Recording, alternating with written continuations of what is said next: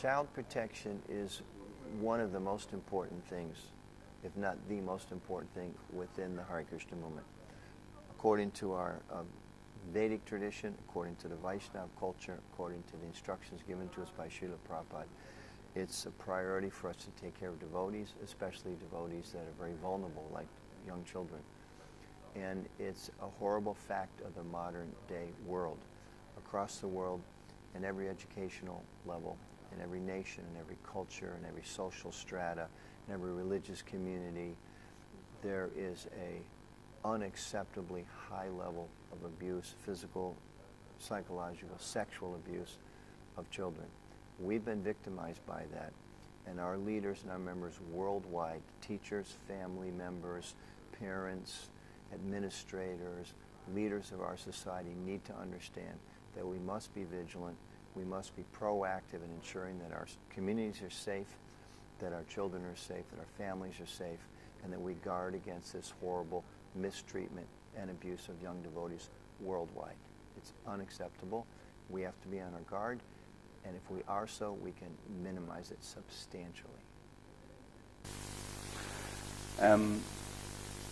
I've been involved actually in child protection for, I think 1999 was the first year that I got involved. I did a training course actually to become a judge for the CPO, for the Child Protection Office.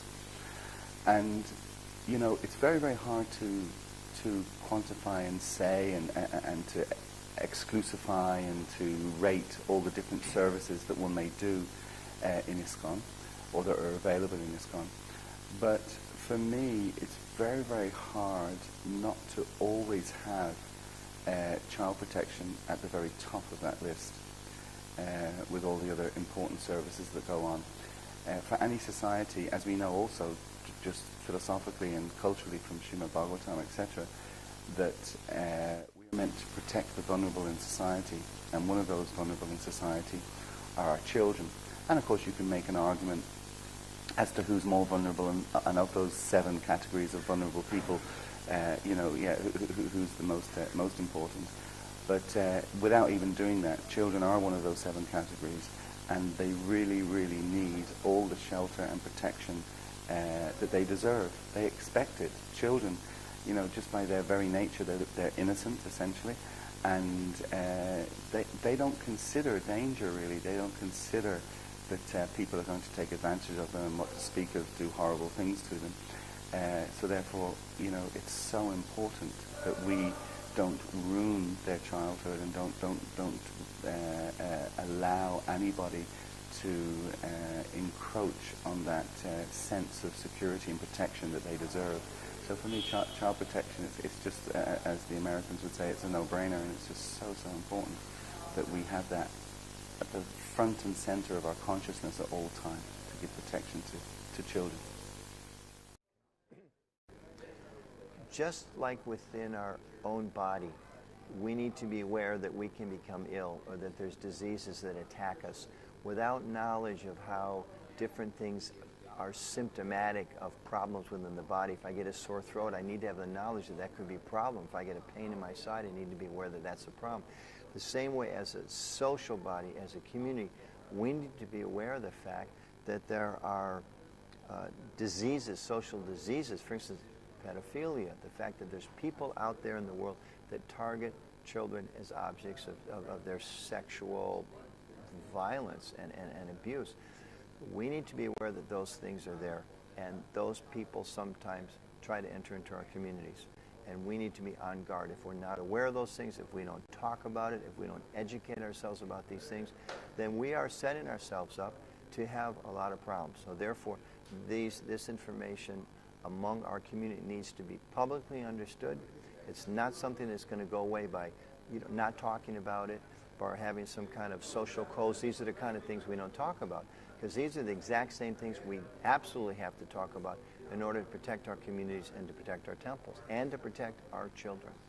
The fact is that one reason the world is more on guard in protecting their children is because some of these child abuse cases, this rampant child abuse that's there in too many places and too many communities around the world, has come into the public eye.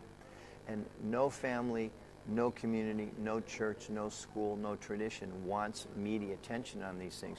But the fact is, when the media has brought attention on these things, it's helped all of us wake up to the fact that we're at risk, and it's helped us protect our children. So as a community, we have to understand we must be proactive in protecting our kids, and at the same time not have this idea that if something comes out, if there's an awareness that abuse may have happened within our communities, it's a sad thing that any abuse happened in the first place. But we have to be proactive to make sure no abuse happens, not worry about people finding out about it and reflecting bad upon our communities. We have to be worried to make sure our children are safe. That's the first priority. And we should understand that actually the fact that the media has brought attention to this problem around the world, that governments are drawing attention to this problem around the world, is a good thing. And to a certain extent, as the communications director for the Hare Krishna movement, when I was on many, many interviews about the past problems that we've had with abuse with the media, I stressed this point to them. Please educate your viewers, educate your readers that this is not a problem with only the Catholic Church or the Hare Krishna movement or only America. This is a worldwide problem. Everybody needs to be educated about it. Everybody needs to be on our guard to protect all the children all across the world, including the Hare Krishna children and every other child in the world. It's sad that in that period of time where there was so much abuse of our children in the 1970s and the 1980s, that we didn't know more about how to protect our children in the way child abuse works, the way abusive people infiltrate communities and take advantage of them and exploit children and exploit the ignorance of that community. At the same time, many international organizations, media organizations, people that know about abuse, they appreciated that when this information became more known to us as a community, that we were proactive.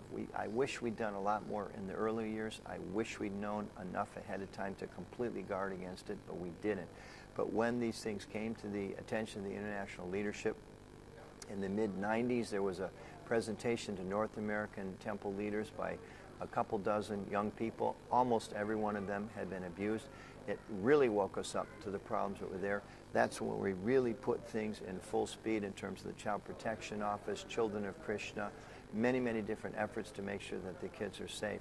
So I've had reporters tell me that they really respected the way the Hare Krishna movement had responded to this problem, that we weren't just trying to cover it up, that we acknowledged that we had problems, which I did on international television and national television in North America many, many times.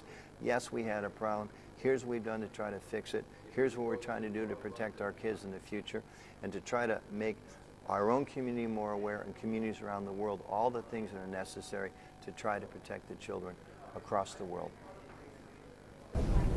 Very briefly, I feel it is of utmost importance that the leadership sees that all aspects of their temple and their congregation are educated about child protection.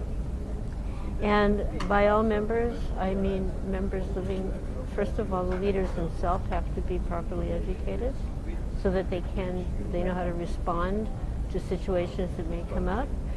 The managers who work under that leader need to be educated. The members of the temple, if there are people living in the temple, need to be educated. This is like underscore. And then those who may be living in the immediate and surrounding communities should be educated, whether they're initiated or not. Congregation members should also be educated. Because why? They come to the temple, and usually they just think, I'm in the temple, and they let their kids loose. They're not looking in the corners thinking up, down, or, the kids are just, they're not thinking about this particular possibility. And they need to know that it exists, and they need to be aware of how they, as a parent, can, if it's not done, we can expect some kind of reaction sooner or later. And being vigilant is not a question of being paranoid or assuming the worst. It's about protection. Protection means prevention. I can give a a recent example that happened in a temple that I'm closely connected with, that a person was allowed to come to the temple and move in. He'd been in prison for 26 years. And nobody thought to ask, why were you in prison for 26 years? I was away when it happened. I came back, and it just so happened the prison called the temple reception to say that this person had some mail to pick up. So the receptionist said, oh, this guy's from the prison. I wonder what he did. And she Googled his name and came back, this whole case. 3 counts of child molestation. It's not that as devotees we don't show compassion and mercy. We must show compassion and mercy, but the compassion and mercy is shown in many ways. In this case, instituted by myself, by the way, there is an active prison program going on for almost 2 years. Every week these people are getting exposed to the holy name, Prabhupada's books, devotee, sadhu sangha, right, and prasadam. It's amazing, this place lets us bring prasadam. So they're getting a lot of mercy. But upon release, it doesn't mean that going into the temple, because as a matter of just knowledge, you have to know that there's two top categories of repeat offenders. The top category is sexual offenders, whether it's for children or adults. These people are the most likely to repeat their crime, and often it's quite quickly after release. This is a statistic. The second category is thieves. They're likely to steal again. So the mercy should also extend to protecting our congregation, our members, our children most of all.